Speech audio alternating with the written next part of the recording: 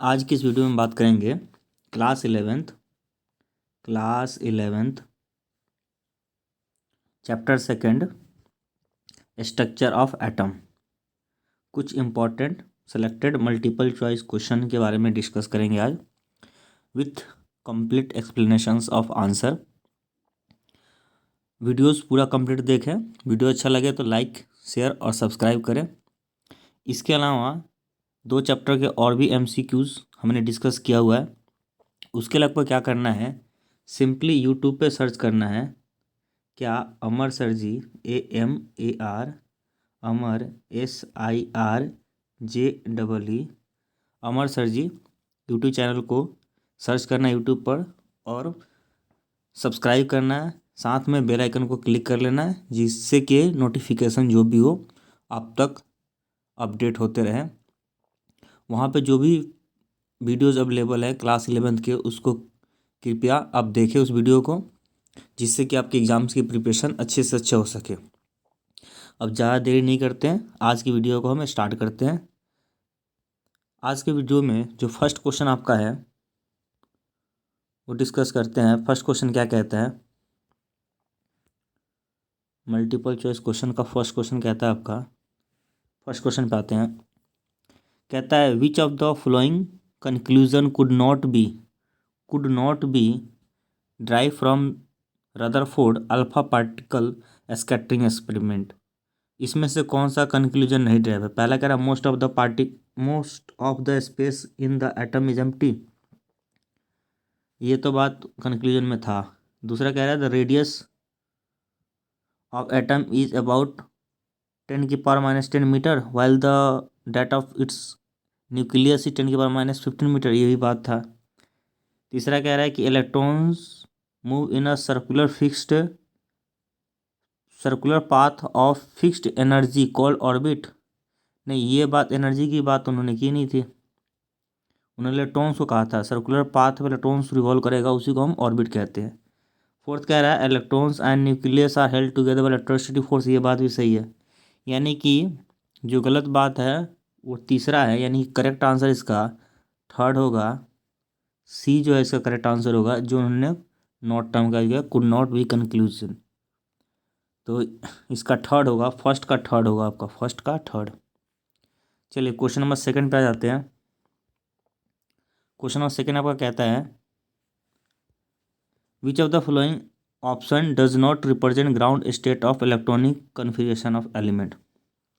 कौन सा ground state को रिप्रेजेंट नहीं करता है, डज नॉट। अब देखिए कि जितने भी इलेक्ट्रॉनिक कॉन्फ़िगरेशन है सब में 1:2 2p6, तो 2p6 3:3p6 सब में सेम 1:2 3:3p6 1:2 3:3p6 1:2 3:3p6 सब में ये चीज़ तो सेम है। अब आ जाते हैं आगे का, देखते 3D8 है 4:2 है, तो ये तो पॉसिबल होता है ग्राउंड स्टेट में, ठीक है। अब ऊपर से ये कह रहा है तो ये भी पॉसिबल होता है, ये भी पॉसिबल होता है, पर ये वाला चीज़ पॉसिबल नहीं होता। क्यों? क्योंकि यहाँ पे क्या हाफ फिल और बाइट का कॉन्सेप्ट लगता है, तो 3D में 5 होना चाहिए, ऐसे ही 3D में 10 होना चाहिए फुल फिल का। लेकिन ये लेस देन हाफ फिल है, यानी कि एक इलेक्ट्रॉन्स यहाँ से यहाँ जंप कर जाएगा।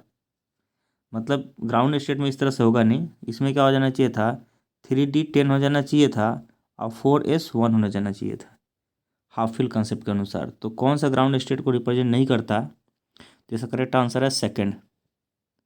करेक्ट आंसर है आपका सेकंड, सेकंड जो है बी इसका करेक्ट आंसर है। आई होप क्वेश्चन समझ में आया होगा। नेक्स्ट क्वेश्चन की बात करते हैं। क्वेश्चन कहता है क्या कि the probability density of plots of 1s and 2s orbitals are given in figure 2.1। 1s और 2s दे रखा है प्रोबेबिलिटी। आगे कैसे क्वेश्चन कहता है, क्वेश्चन कि द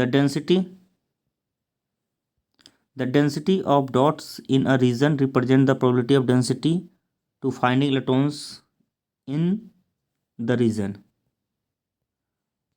आगे क्या कहता है, अब ऑप्शन पढ़ते हैं। क्वेश्चन और ऑप्शन एक साथ और देखते हैं। अब कहता है क्या है फर्स्ट इसका, on the basis of above diagram which of the following statement is incorrect. यहाँ भी इनकरेक्ट की बात कह रहा है। कौन सा स्टेटमेंट इनकरेक्ट है? पहले कहा 1s and 2s orbitals are spherical in shape. हाँ, एस का शेप कैसा होता है? स्फेरिकल शेप होता है ना। एस का शेप कैसा होता है? स्फेरिकल होता है। आप जानते हो ना एस का शेप कैसा होगा? स्फेरिकल होता है। कैसा होता है? स्फेरिकल होता है एस का शेप। और पी का शेप कैसा होता है? डम्बल होता है ना, इस तरीके से। पी का शेप है ना इस तरीके से। तो एस का स्फेरिकल शेप है, सही बात है। दूसरा कहता है कि the probability of finding electrons is maximum near the nucleus. The probability of finding electrons is maximum near the nucleus, सही बात है। दूसरा भी सही है इसका, पहला भी सही है, दूसरा भी सही है। तीसरा कहता है आपका the electrons sorry the probability of finding the electrons at a given distance is equal in all direction, यही बात सही है। चौथा कहता है आपका कि the probability density of electrons for 2s orbital decreases uniformly as the distance from the nucleus increases, ये बात गलत है इसका। तीसरे का चौथा गलत है। एक बार जूम कर देते हैं और फिर पढ़ लेना आप आराम से क्वेश्चंस को। On the basis of above क्या कहता है कि 1s and 2s orbitals are spherical in shape, बिल्कुल सही बात है। The probability of finding electrons is maximum near nucleus, सही बात है। The probability of finding the electrons at the given distance is equal to all direction, यही बात सही है। लेकिन ये जो डेंसिटी वाली जो बात कर रहा है लास्ट वाला, the probability density of electrons for 2s orbital decreases uniformly at the distance from the nucleus increases, ये बात गलत है। क्योंकि ये क्या होता है, नॉन नॉन डायरेक्शनल होता है ना। तो एस है ना, नॉन डायरेक्शनल होता है, तो इसलिए बात गलत है इसका। फोर्थ होगा इसका करेक्ट आंसर। इनकरेक्ट की बात कहता है, इनकरेक्ट की बात कहता है, तो फोर्थ जो होगा इसका करेक्ट आंसर होगा, डेट इज कॉल्ड डी। चलिए क्वेश्चन नंबर नेक्स्ट पे आ जाते हैं। क्वेश्चन नंबर फिफ्थ क्या कहता है, सॉरी फोर्थ, देन फिफ्थ आएंगे। यहाँ भी क्वेश्चन में नोट लगा हुआ है, इस बात को ध्यान देंगे।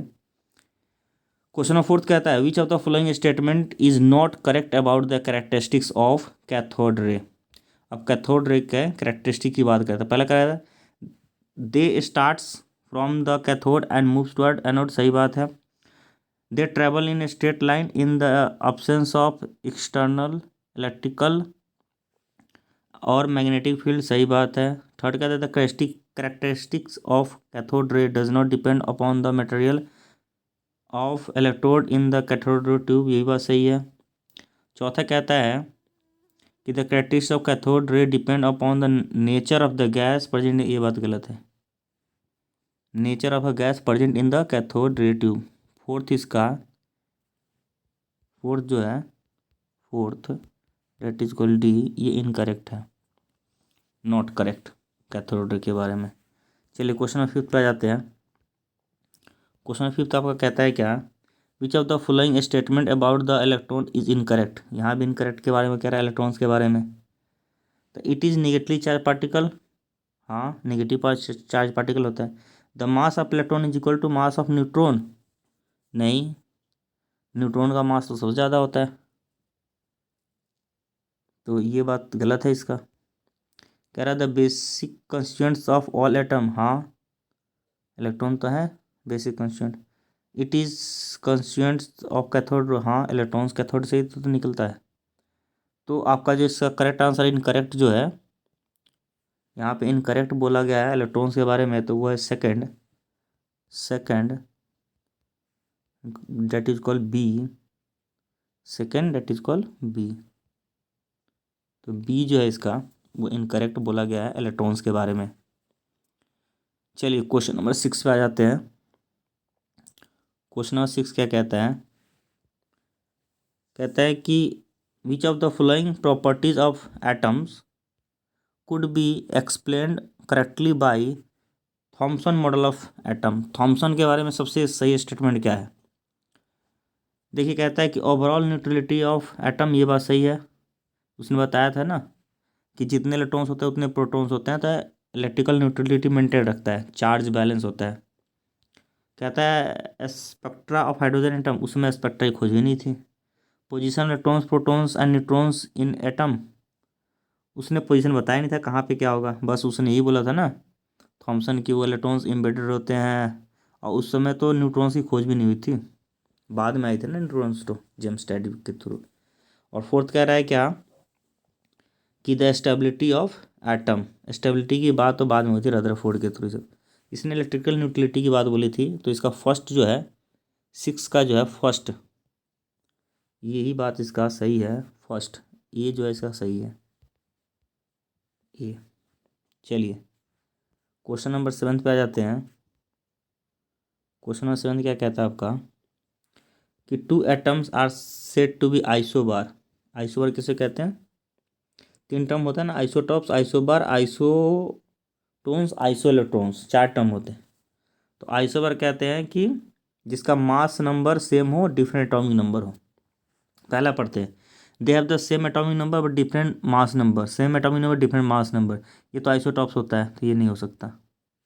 कह रहा है कि they have same number of electrons but different number of neutrons, electron same हो, न्यूट्रॉन्स की संख्या अलग अलग हो, नहीं ये भी नहीं हो सकता।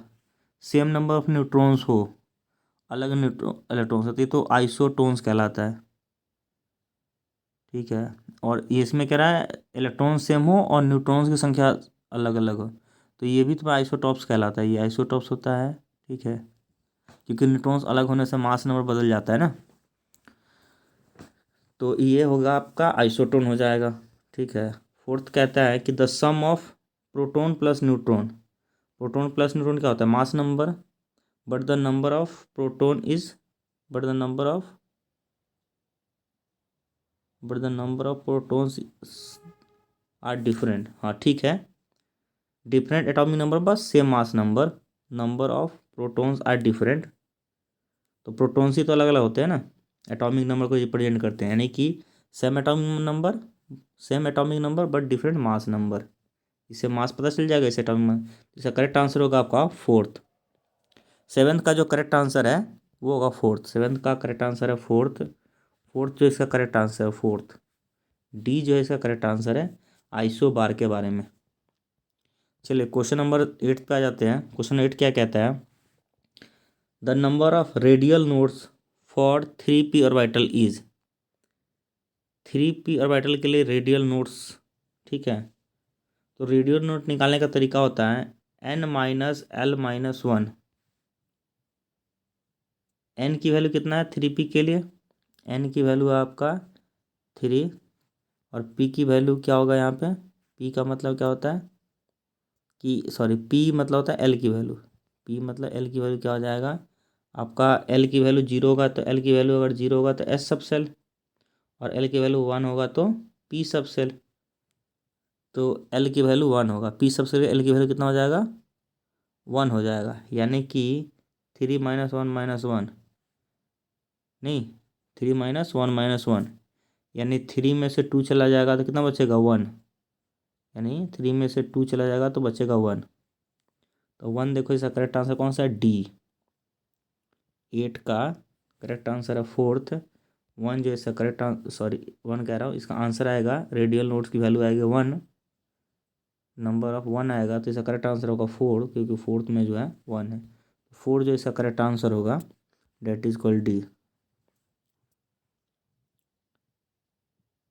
क्वेश्चन नंबर आ जाते हैं क्वेश्चन नंबर 9 पे। क्वेश्चन 9 कहता है आपका number of angular nodes for 4d orbital is, angular node, तो एंगुलर नोड वही है ना एल, तो एल की वैल्यू यहाँ पे क्या हो जाएगा, एन की वैल्यू कितना है मेरे पास 4 है, और डी सब सेल के लिए, डी सब सेल के लिए एन की वैल्यू कितना हो जाता है 2, क्योंकि एन की वैल्यू 1 पे होता है आपका पी, और एन की वैल्यू 0 पे होता है आपका एस, तो एन की वैल्यू कितना, एल की वैल्यू कितना हो जाएगा 2, and this is called angular node, ठीक है। तो इसका करेक्ट आंसर होगा आपका 9 का थर्ड, करेक्ट आंसर होगा 9 का थर्ड, 9 का थर्ड, डेट इज कॉल्ड सी।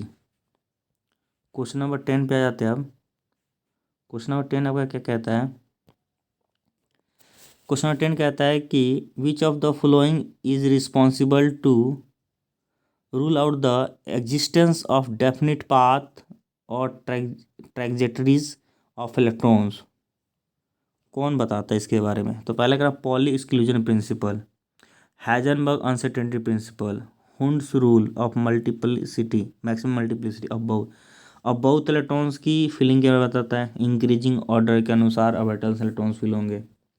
नहीं, इसके बाद अलावा क्या पॉली क्या बताते हैं?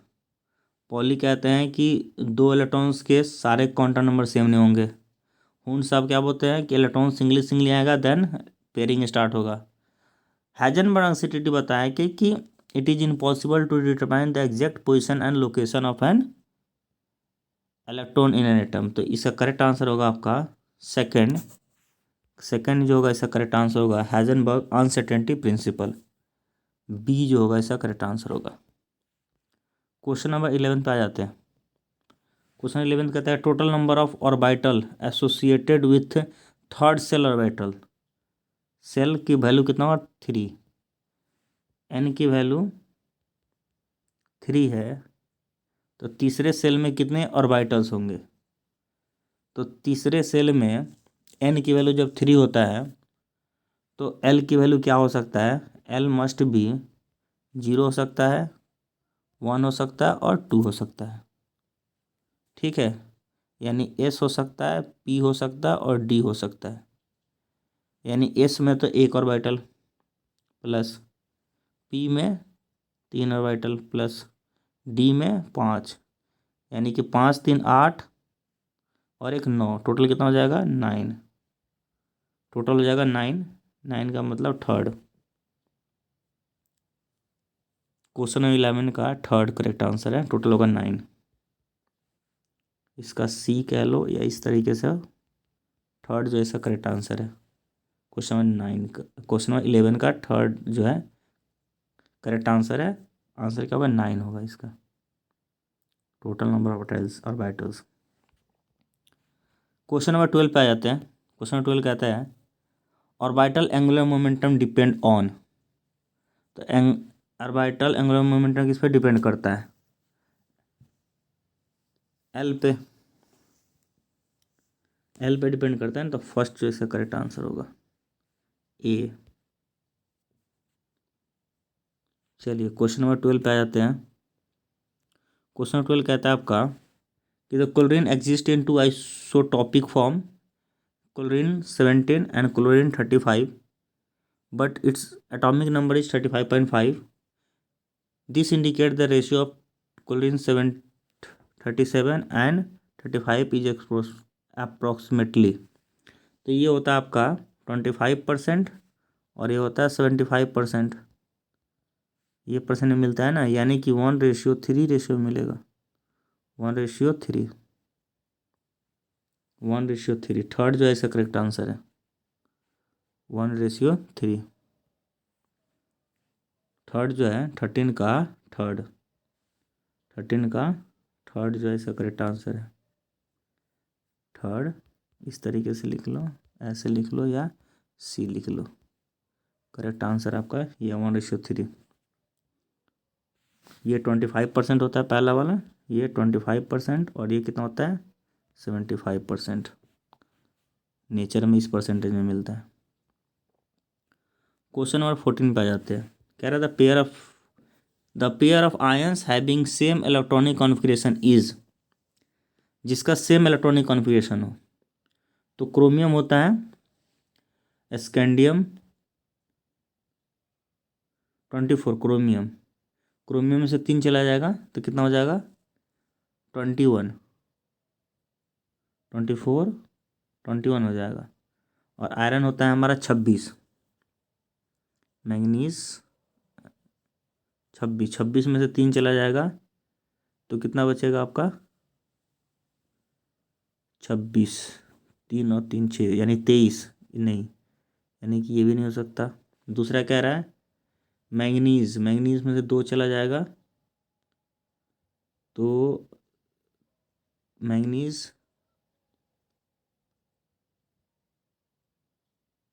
ये है आपका कितना हो जाएगा, आयरन होता है 26, ये होता है 25, 25 में से 2 गया 23, और 26 में से 3 गया 23, यानी कि इन दोनों का जो है electronic configuration, pair having the same electronic configuration, तो इन दोनों का इलेक्ट्रॉनिक कॉन्फ़िगरेशन सेम होगा जी, बाकी का सेम नहीं होगा। यहाँ 26 हो जाएगा, यहाँ स्कैंडियम 21 होगा, क्रोमियम 24 होगा, कोबाल्ट का है 26 27 है ना, 26 27 है ये, 26 में से 3 निकाल दो, यहाँ से भी 3 निकाल दो 27 में से, तो इसका जो है सेकंड होगा 14 का जो होगा करेक्ट आंसर होगा आपका, 14 का करेक्ट आंसर होगा सेकंड, करेक्ट आंसर होगा आपका सेकंड, 14 का सेकंड कह लो, इस तरह से बी कह लो। क्वेश्चन नंबर अब आ जाते हैं 15 नंबर पे। 15 के स्टेटमेंट पढ़ते क्या कहता है,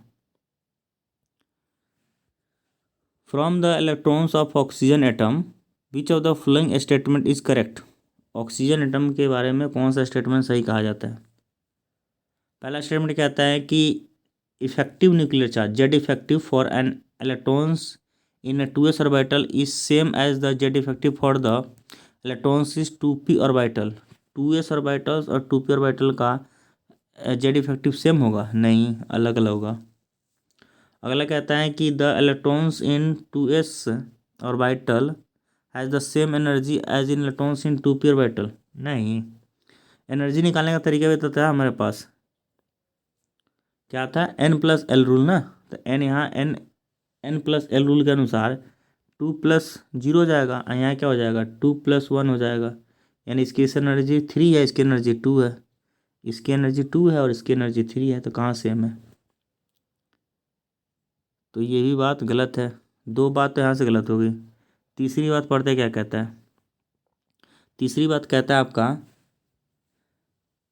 कि Z effective for electrons in 1s orbital is same as the Z effective for the 2s orbital, नहीं, एन की वैल्यू अलग अलग है यहाँ पे भी, तो जेड इफेक्टिव अलग अलग होगा।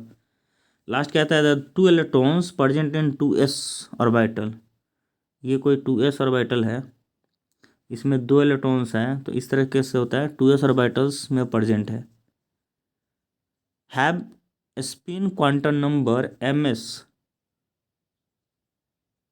बट ऑफ अपोजिट स्पिन, तो ये बात सही है, अपोजिट स्पिन पे होता है ना इसका। तो आप इस क्वेश्चन को थोड़ा सा इस तरह से मिनिमाइज करके एक साथ इकट्ठे पढ़ लें, ठीक है, वैसे मैंने समझा दिया है अच्छे से आपको, आप इस तरह से मिनिमाइज कर लें, या आप पॉज करके 2 बार पहले 2 ऑप्शन को इसको और फिर लास्ट के, इसका करेक्ट आंसर होगा आपका fourth, that is called D, fourth जो होगा इसका करेक्ट आंसर होगा। एक बार ऐसा पढ़ लेते हैं क्वेश्चन को, फिर अब मैं इसको जूम कर देता हूँ, 2 ऑप्शन यहाँ से पढ़ लो आप इस तरीके से, और फिर उसके बाद मैं आगे इस तरीके से बढ़ा देता हूँ, आप पॉज करके फॉरवर्ड करके बैकवर्ड के क्वेश्चन को पढ़ सकते हो आराम से। चलिए इस वीडियो का लास्ट क्वेश्चन अब होगा, यानी इसका लास्ट क्वेश्चन हम पढ़ेंगे। एक बार फिर से मैं बता दूं कि आपका जो है जो यूट्यूब चैनल है अमर सर जी, AMAR अमर SIRJEE, इस अमर सर जी यूट्यूब चैनल पे आपको करना है क्या, सिंपली यूट्यूब खोलना है अपने मोबाइल या लैपटॉप जहाँ भी खोलते हो, उसमें सिंपली लिखना अमर सर जी, जैसे ही खोलोगे तो वहाँ क्या हो जाएगा, आपको उनका यूट्यूब चैनल खुल जाएगा, ठीक है। उसमें क्या करना है, आपको रेड बटन दबा के चैनल को सब्सक्राइब कर लेना है, और जब इस यूट्यूब चैनल में अंदर एंटर करोगे तो वीडियो का सेक्शन आएगा, फिर प्लेलिस्ट का सेक्शन आता है, तो वीडियो का सेक्शन में देखोगे तो 11th क्लास के जो जो वीडियोज़ अवेलेबल होंगे वो देखना है, और नहीं तो आप प्लेलिस्ट में जाके 11th का पर्टिकुलर सेक्शन बना होगा, वहाँ पे जाके आप जो भी वीडियोज़ बने होंगे MCQ या सिंपल जो भी कोई वीडियोज़ होंगे, उस वीडियोज़ को आपको क्या करना है, जाके तो उसको रीड करना है, और उसको जितना मैक्सिमम से मैक्सिमम टाइम जो आप उसको वीडियोज़ को देखना है, ठीक है, जिससे कि आपके एग्ज़ाम की प्रिपरेशन बहुत अच्छा से अच्छा हो सके। वीडियो पसंद है तो प्लीज़ लाइक शेयर और सब्सक्राइब करें चैनल को, ठीक है, और अपने दोस्तों तक इसको फॉरवर्ड करें। अब देरी नहीं करते, लास्ट क्वेश्चन को रीड करते हैं, जिससे कि वीडियो आपका बहुत ज़्यादा लंबा ना हो जाए। चलिए लास्ट क्वेश्चन कहता है आपका कि if travelling at same speed which of the following matter wave have the shortest wavelength. सबसे शॉर्टेस्ट वेवलेंथ किसका होगा, इलेक्ट्रॉन, अल्फा पार्टिकल्स, न्यूट्रॉन और प्रोटॉन। तो इसका करेक्ट आंसर होगा आपका second, alpha particle. Helium doubly charge जो पार्टिकल है, इसका करेक्ट आंसर होगा आपका सेकंड।